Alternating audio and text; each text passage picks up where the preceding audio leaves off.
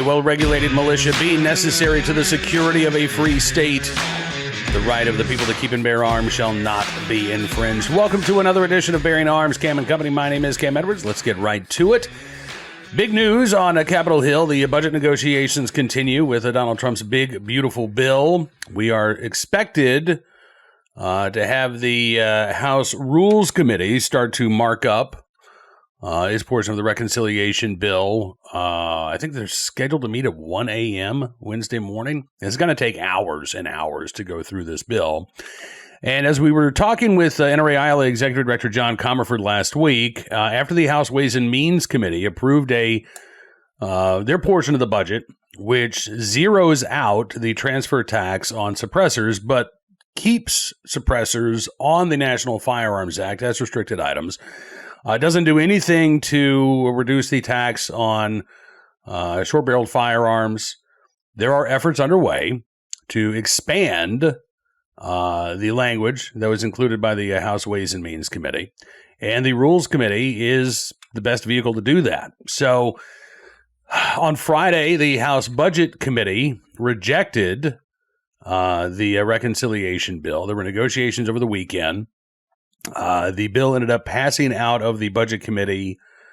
I think it was early Monday morning, late Sunday night. I think it was early Monday morning.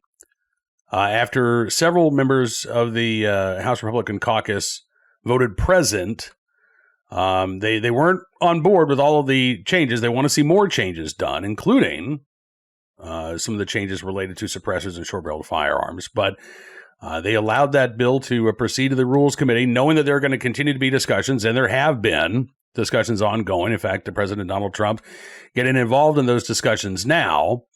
But I wanted to bring in one of those representatives who is working to expand the language regarding suppressors and include language zeroing out taxes on short-barreled firearms. In fact, again, maybe getting rid of those items from the auspices of the National Firearms Act completely. Representative Andrew Clyde from Georgia, not only a member of Congress, but he is a federally licensed firearms dealer, so he knows a thing or two about these issues. Also sits on the House Budget Committee and is in a great position, I think, to talk about the negotiations to date and where things go from here. So without any further ado, let's bring on the Congressman and get right to it. Congressman, thanks so much for joining us on the program today. It is so good to see you again. Well, Cam, great to be with you. Thanks for having me. Absolutely. I know that this is a very busy week there on Capitol Hill. I don't know how much sleep you're getting. It looks like it's going to be another late night for the Rules Committee, maybe an early morning. Let's get right to it here. You are one of those who are advocating for more benefits, quite frankly, to gun owners, right? When it comes to suppressors, when it comes to short-barreled firearms, you want to see this reconciliation bill improved in a number of ways. Well, actually, what I'm advocating for is a restoration of our constitutional rights. That's the whole point right there.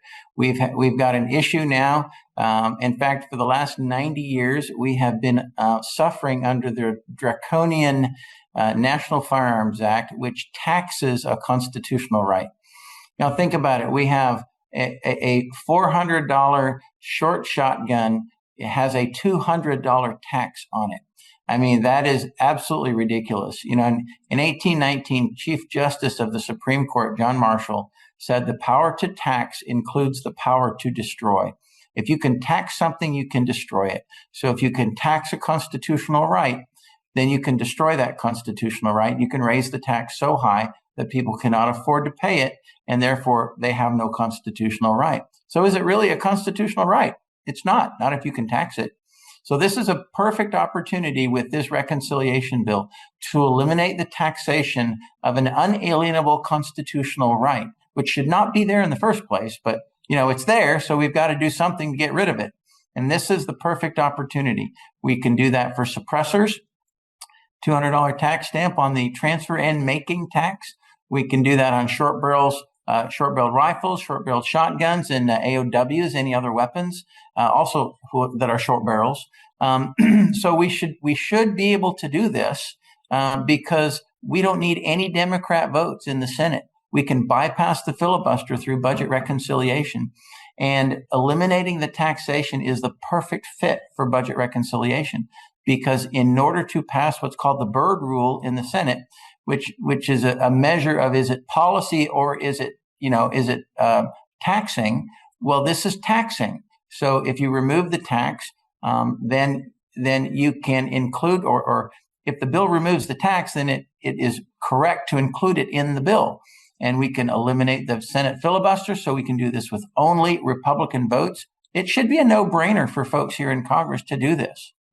It should be, and yet, as things stand right now, the language of the reconciliation bill only includes dropping that $200 tax for transfer tax on suppressors. So, Representative Clyde, where is the hangup?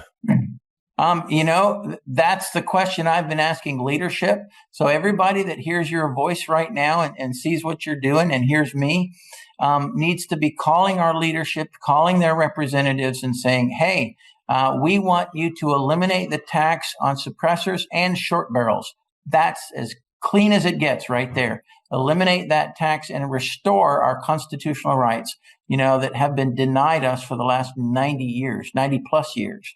And so this is the time to do it. What's in the bill right now, you're correct, is only eliminating the transfer tax on suppressors, not the making tax. And so the Form 4 tax, but not the Form 1 tax.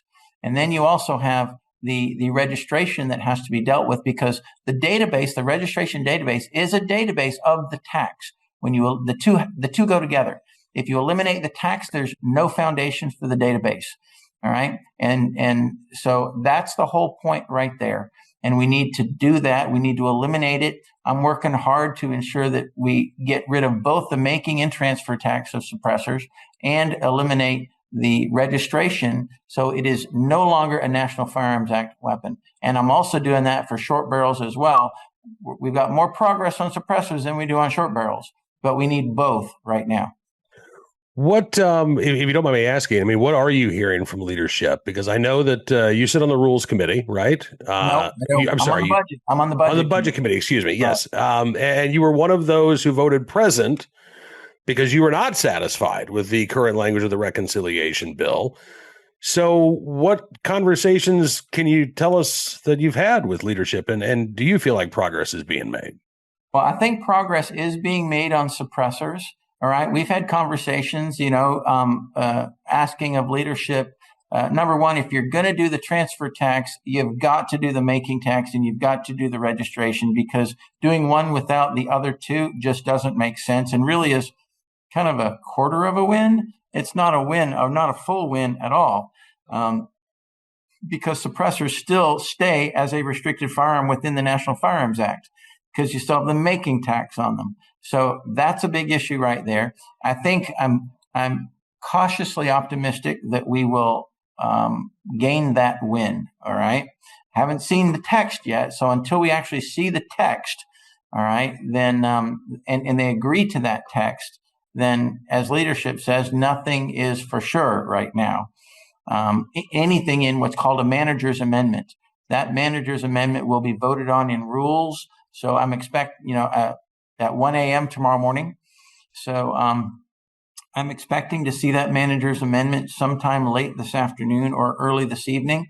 So we are continuing to advocate for having suppressors and short barrels in the manager's amendment. And my present vote was to send a signal that we're not there yet, and my vote's not there yet. We need to get this Second Amendment issue into the manager's amendment in order for my vote to be there with them.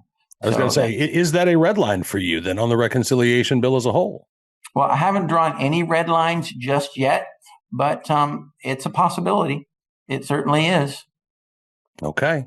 And again, as you say, the Rules Committee going to be meeting, starting at 1 a.m. Wednesday morning. I guess my next question is, are members of Congress listening? If I call up Representative McGuire, who's my representative right now, is his office going to take notice at this late date, at this late hour, that I'm advocating to get this manager's amendment that includes language to repeal the both taxes regarding suppressors, to take the taxes and registration out of short-barreled rifles and shotguns? Well, I think that he certainly should. I mean, we still have time. The amendment is not final. So, until probably middle of the evening, I don't expect the text to be final. So I would absolutely ask people, call your representative. You call your representative and say, you need to tell the speaker's office that I want to see short barrels removed from the National Firearms Act. The taxation, say it this way, I want the taxation gone from suppressors and short barrels, both. That's what needs to happen. This is really our only opportunity to do this. And the president, I believe, will have no issue with signing the bill with that. It will be a massive win for the Second Amendment community. I don't believe any president other than Donald Trump can actually do this if he'll engage on it. And I believe he would certainly sign it. So we need to be aggressive, need to be proactive, and we need to encourage leadership and not give up until it's in the manager's amendment. Yeah, when I asked, where is the hangup here? Have you heard? I mean, are there specific members of Congress who have said that they'll balk if this language is included in the bill? Well, you have some moderates, and you can kind of guess who they are. Yeah. That just are not Second Amendment advocates at all. All right, but they can be persuaded, and I've had conversations with some of them individually, and I just want to educate them. I mean, if you look at a say a shockwave, a Mossberg shockwave, okay, it's slightly over 26 inches in length. If it has the hourglass pistol grip on it, then it's just a firearm. It's a handheld, smoothbore pistol, basically. But if you put a vertical pistol grip on the back that makes it shorter than 26 inches, it's now an AOW. All right. If you take a pistol, a regular AR-15 pistol, and you add a brace to it, well, within the current rule that has not yet been struck down completely, you now have a unregistered short barrel rifle, which is completely wrong. And so it makes no sense. And I'll tell you that that leadership actually understands that, but we have some folks that needs to be brought to their attention, and I'm working very hard to do that with these people. Yeah, to bring it to their attention and to educate them that these are not weapons that you get traces on, and these are not weapons that need to be part of the National Firearms Act with a $200 tax stamp on them. Absolutely. And I mean, listen, I know the argument about optics, and I know, the argument, well, Democrats are going to say this is a gift to criminals. They say that for any piece of legislation that enhances or protects our Second Amendment rights. We cannot base our votes, we cannot base our positions on the lies and the disinformation that's going to come from folks who want to strip us of our constitutionally protected rights. That's correct. You're 100% spot on, Cam. I mean, this is an issue that should not be a problem for all Republicans. We campaign on this. Well, let's advocate for it then. Be strong and stand for the Second Amendment. The amount of, the actual amount of tax that is paid on short-barreled rifles and short-barreled shotguns is not a drop in the bucket. It's not even a rounding error compared to, $7 trillion government budget and a $2 trillion deficit. It's a very, very, very small amount of money, and it would be a massive win for our constitutional rights. Well, absolutely. And I hope we get there. Representative Clyde, again, thank you so much for joining me today. Can we have you back on the program when the dust has settled and we see what this bill actually looks like? Yes, you can. I would be happy to be back on the program after the dust is settled and the president has signed the bill, or at least it's past the House. Absolutely. Happy all right. to. Well, thank you so much again for joining us today, Representative Clyde. Thank you for all your work in trying to make this bill as strong as possible when it comes to our Second Amendment rights, and look forward to talking to you again in the very near future. Thank you. Great to be with you. My thanks to Representative Clyde for joining us on the program. And again, now is the time, and there is no time to wait here in making your voice heard. Your representative, and to a certain extent now your senator too, but I would focus your attention right now on your congressional representative. They need to be hearing from you. about the importance of, again, expanding the language not only on suppressors, but on short-barreled firearms within the reconciliation bill itself. All right, now let's turn our attention to today's armed citizen story, our good deed of the day, and our recidivist report. We will start there with a case out of, where was this? Michigan, Mount Morris Township, Michigan. Teen in Mount Morris Township shootout, sentenced to probation. 19-year-old Cordell Allen will spend the next year and a half on probation after he pleaded guilty in April to carrying a concealed weapon without a permit. He has to pay about $200 in court costs and fines as well.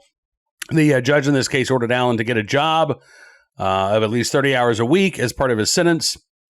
In exchange, prosecutors dropped 2 counts of assault with intent to murder and another weapons charge in exchange for his guilty plea.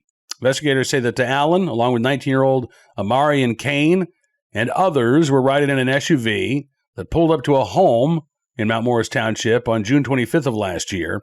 There was a physical fight that broke out with someone who was in the yard, which then escalated into a shootout. Someone in the yard, someone in the SUV, both firing shots. Police found 17-year-old Kamani Lindsay, who was one of those who showed up in the SUV, in the middle of the road with gunshot wounds. He was pronounced dead from his injuries. Another 17-year-old located behind a vehicle was taken to an area hospital for treatment of gunshot wounds to an arm and a leg. Amarian Kane, remains charged with 1 count of open murder, 2 counts of attempted murder, and 4 weapons charges related to the shootout. According to ABC 12 in Michigan, he was sent to the Michigan Center for Forensic Psychiatry in January of this year to undergo mental competency testing. Results came back last month, and Kane's attorney requested a second opinion, so apparently he was deemed competent to stand trial. There is a hearing scheduled for early next month to review those results, showing whether or not Kane understands the charges and is able to participate in his defense. But again, one of his alleged accomplices, Cordell Allen, has resolved his criminal case. 2 counts again of assault with intent to murder dropped for a single possessory charge of carrying a concealed weapon without a permit. 36 months probation, $200 in court fees and fines, and Allen is on his merry way. Oh, and he's got to get a job too. Yeah. Unless there were some serious evidentiary issues here, I don't understand why prosecutors offered such a sweetheart deal to somebody who is, again, originally accused of committing a violent crime with a firearm and is now, again, pleaded guilty to a mere possessory charge. All right, on to today's armed citizen story from Santa Monica, California, where a robbery suspect was fatally shot at a shoe store. Apparently, there was an after-hours sale. A customer had talked with the store owner and I guess said, hey, my buddy wants to come in and buy some shoes, but he can't come in during your normal business hours. You mind sticking around? So it was a Sunday night about 9:30. Santa Monica Police Department responding to the 1300 block of the 3rd Street Promenade, which is a big shopping district. They got there within 2 minutes of the initial call of an assault with a deadly weapon. They found an injured man who had been shot. According to a preliminary investigation, the West Side Current newspaper reports the store owner had agreed to meet a quote, known associate for the private after-hours sale. During that meeting, a second man allegedly conspiring with the associate then entered the closed business and pepper sprayed the store owner. In response, the owner, who police said legally possessed a firearm, shot the intruder. The suspect taken to a local hospital where he later passed away from his injuries. The associate, identified as a 41-year-old Karen Malikian, arrested at the scene and has been charged with homicide, armed robbery, and conspiracy. The business owner, not injured, described as cooperating with detectives. Investigators with the Santa Monica PD says the incident appears to have been targeted and involved individuals who knew one another. There is no ongoing threat to the public, according to the Santa Monica Police Department. No word on whether or not the store owner possessed a valid carry permit or whether he was simply possessing a firearm in his business. But I did a little bit of research for this because I wrote up a story at bearingarms.com and found that in Santa Monica, California, it's going to cost you about $1,000 to get a 2-year permit to carry a firearm in self-defense. which is not the worst in California, but it is up there. There are, not every jurisdiction is charging four figures, and it's basically $700 in government fees, then $150 psychological evaluation, the mandated training to acquire a concealed carry permit is going to run you about another $150. So again, you're looking at $1,000 to exercise a fundamental right in Santa Monica, which to me seems designed to prevent people from exercising the right to carry, creating a target-rich environment in which individuals like, the perpetrators of this particular crime may very well have good reason to believe that their intended victims will be unarmed and helpless and unable to protect themselves. Thankfully, that was not the case in this particular incident. But again, that's an outlier. And lawmakers in both Sacramento and locally in Santa Monica are doing everything they can to prevent these types of defensive gun uses and to embolden violent criminals.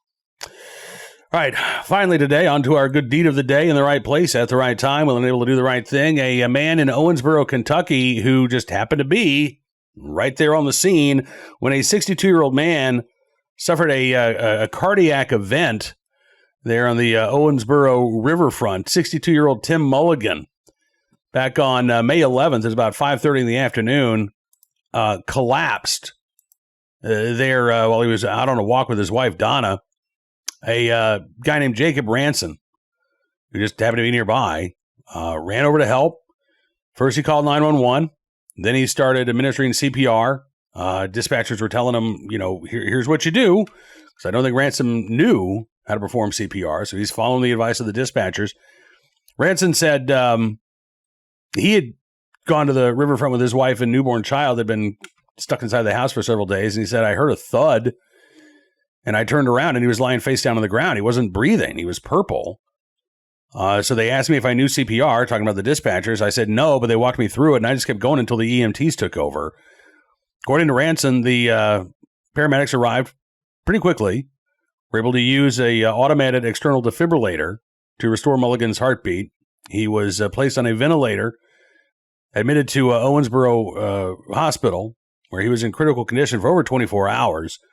According to the Owensboro Times, doctors later diagnosed Mulligan with a ventricular fibrillation arrest, which causes the heart to stop beating effectively. So he received a surgical implanted defibrillator and is expected now to make a full recovery. His wife, Donna, told the paper, cardiologist said immediate CPR saved his life.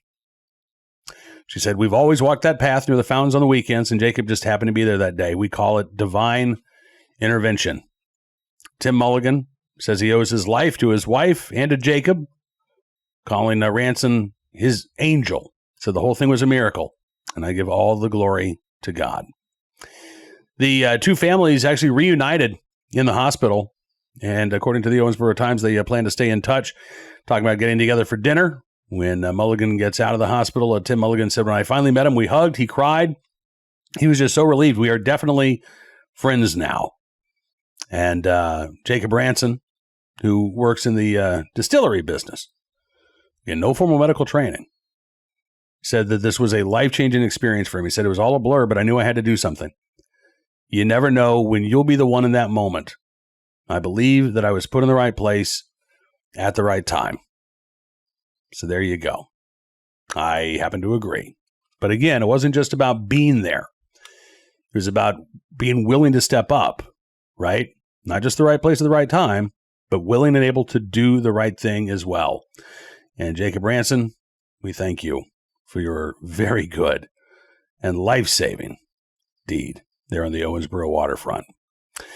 All right, that is going to do it for this edition of Bearing Arms Cam and Company. Now, I mentioned yesterday we were going to have Cody Wisniewski from FPC Action Foundation on the show, but his internet crapped out. So I actually did talk with Cody earlier today. We'll share that interview with you tomorrow. I got to tell you, it's a fascinating conversation.